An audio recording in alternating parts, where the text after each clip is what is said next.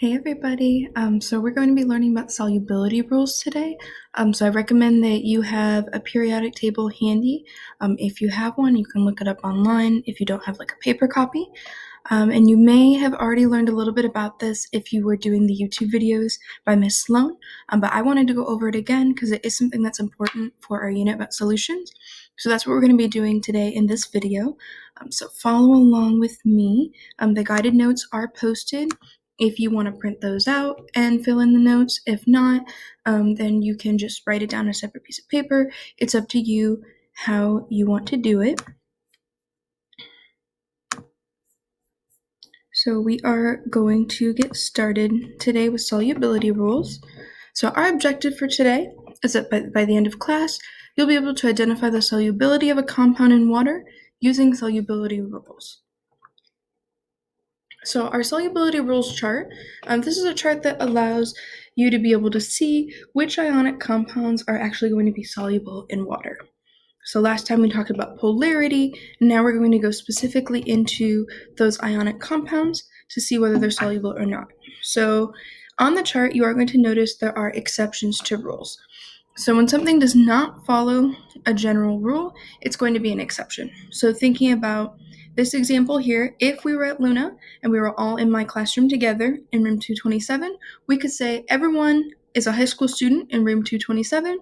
The exception is Miss Stickney because I am not a high school student, right? So when you see the chart, and we'll talk about it in a little bit, just know that exceptions is when it's not going to follow the general rule.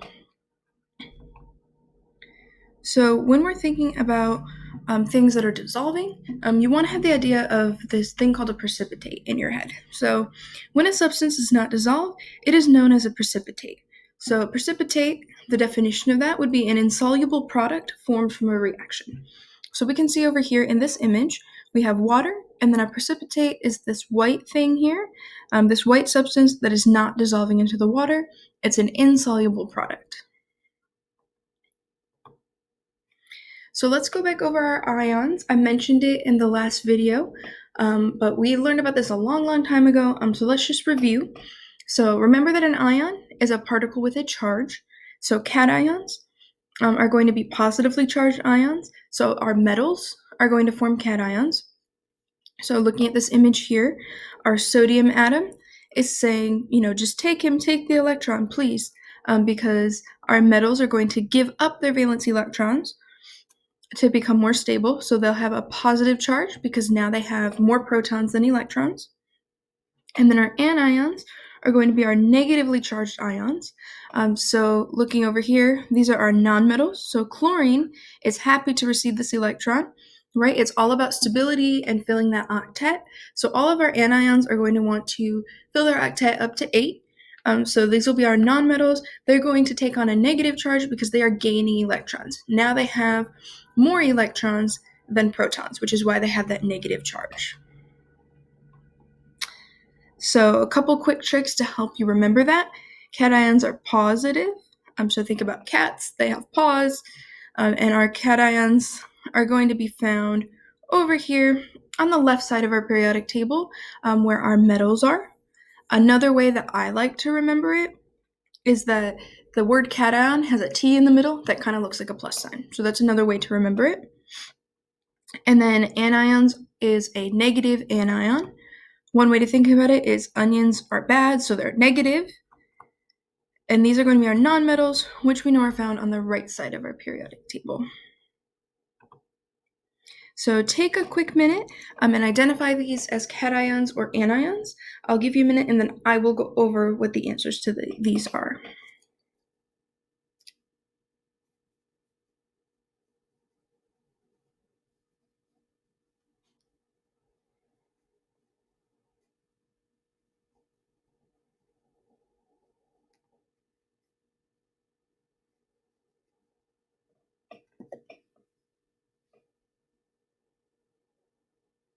So a couple different ways you could have approached this. You could have simply just looked at the positive or negative sign, or just identified using your periodic table whether the element was a metal or a nonmetal. So for the first one, we see a positive sign, and we know that sodium is a metal, so this is going to be a cation. For the second one, We have bromine, which is a nonmetal, and we also see our negative sign here, so this is an anion.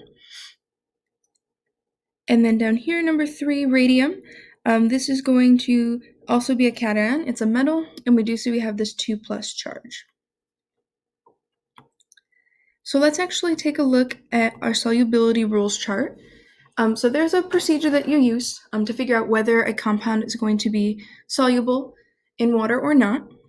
And so basically, this chart is organized by anions. So these guys over here, these are all of our anions. You notice that some of them are single elements, like this bromine, right?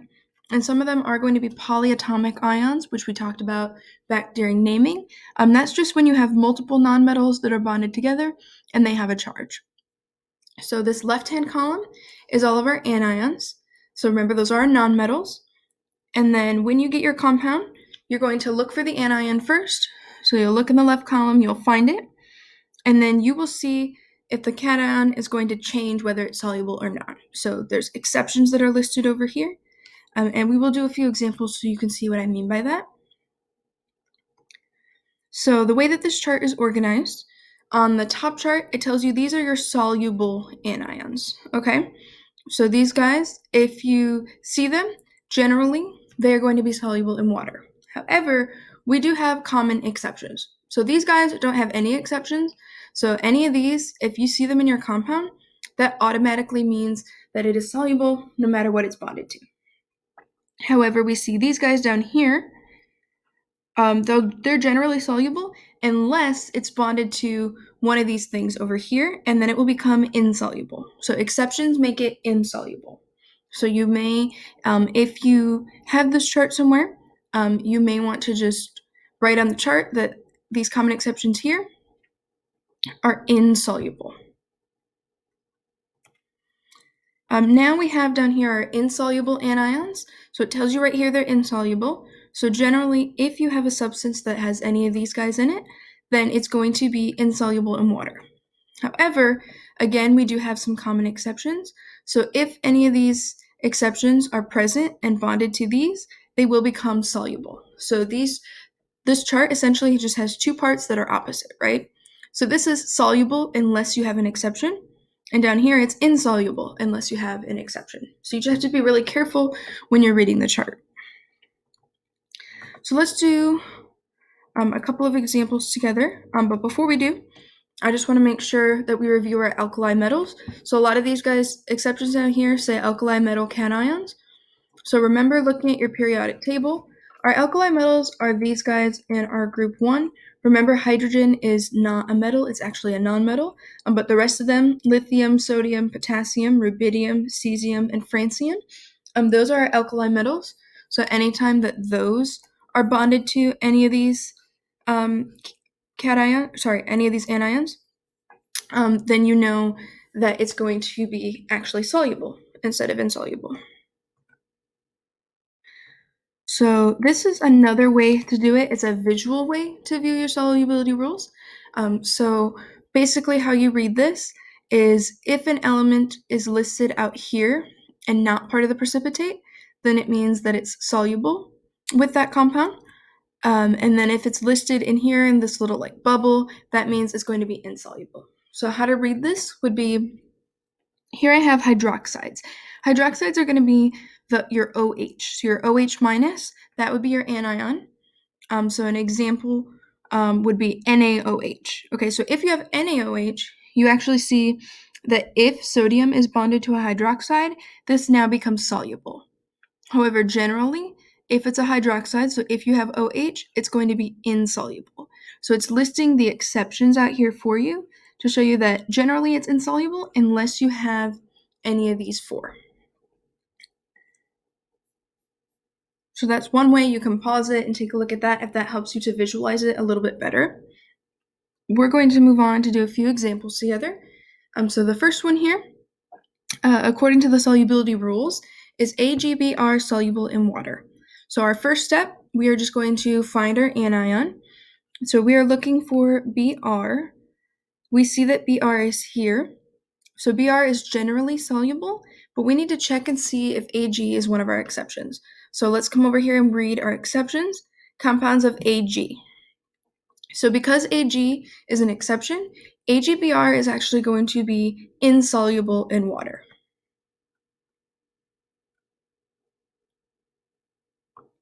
Let's move on to example 2. So now we have, according to the solubility rules, is CaOH2 soluble in water? So I'm going to look for my OH, that's my hydroxide, and find it here in my anions. Okay, I see OH is here. Generally, this is going to be an insoluble compound, but I need to check for my exceptions. So I come over here, and I see that compounds of NH4, the alkali metal cations, and then Ca2+, make this a soluble compound. So because our calcium is an exception, then CaOH2 is going to be soluble in water. So the answer for example 2, CaOH2 is soluble.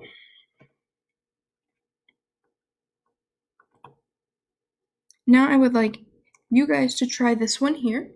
So according to the solubility rules, is Li2CO3 soluble in water? So you take a minute, use the chart, and then I will explain what the correct answer is.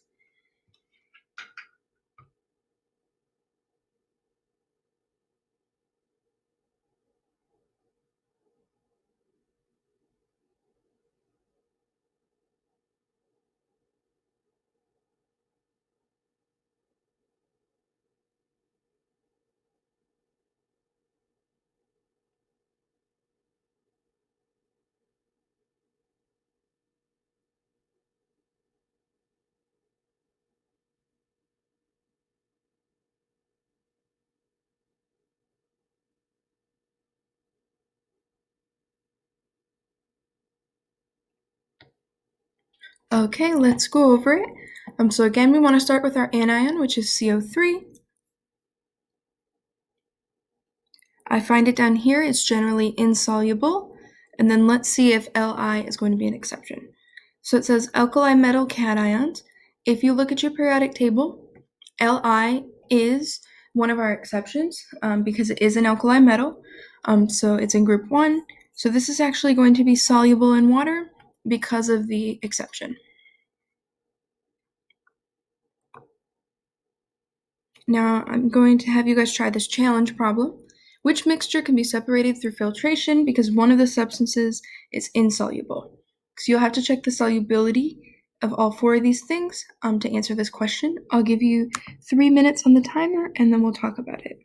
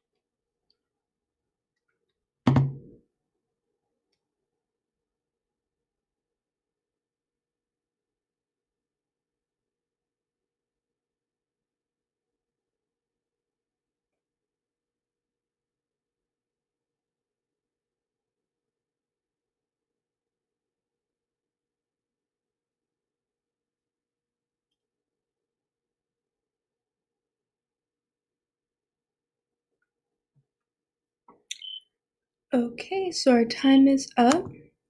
If you need more time, just pause the video. But I'm going to go through the process you would use to figure this out. So we see for for answer A, we have NaSO4 and SrSO4. So they both have the same anion. So let's find our anion. Where's our anion? Okay, we see it's here. So these are generally soluble. Let's see if either of them is an exception. So compounds of Sr2+. So our SrSO4 is actually going to be insoluble because of that exception, meaning that NaSO4 is soluble and SrSO4 is insoluble. So we would be able to separate this through filtration, right? Because SrSO4 would form a precipitate. So we could filter out that solid and then just be left with the NaSO4. And then you can double check just to make sure that B is not the correct answer. These both have ClO3. So we find our ClO3 here. So these are generally soluble compounds, and we see there's no exceptions. So both of these are going to be soluble. You would not be able to separate those via filtration. So A is the correct. Okay, so you guys are going to have 7 minutes to do these practice questions. I have the table here for you to use, and you're going to do these 6 here. So I'll put the timer on for 7 minutes, and then we will discuss the correct answers.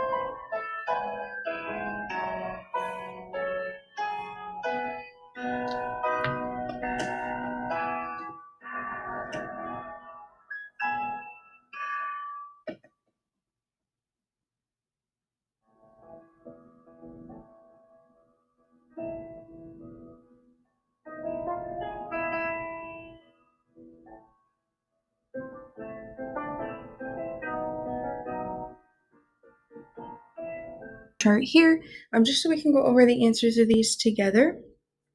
So we'll start with number 1, KOH. We look for our anion, which is OH. We see that it is here, so generally insoluble, but we need to see if potassium is an exception, and it is going to be an exception because it's an alkali metal. So KOH will be soluble in water. CaCO3, we see that it is here, so generally insoluble, unless you have NH4 or an alkali metal. So number 2 is going to be insoluble. So CaCO3, calcium is not an exception. It is insoluble because calcium is actually an alkaline earth metal. It's in group 2. It is not in group 1. Number 3, we have NaBr. So here we have Br, generally soluble. We see that Na is not an exception. So NaBr will be soluble in water. PbI2, here we have iodine. And is Pb one of our exceptions? Yes, it is. So generally, this would be soluble, but because Pb is an exception, this is going to be insoluble. Then we are coming down to CaSO4, generally soluble, and calcium is not one of our exceptions, so this is going to be soluble.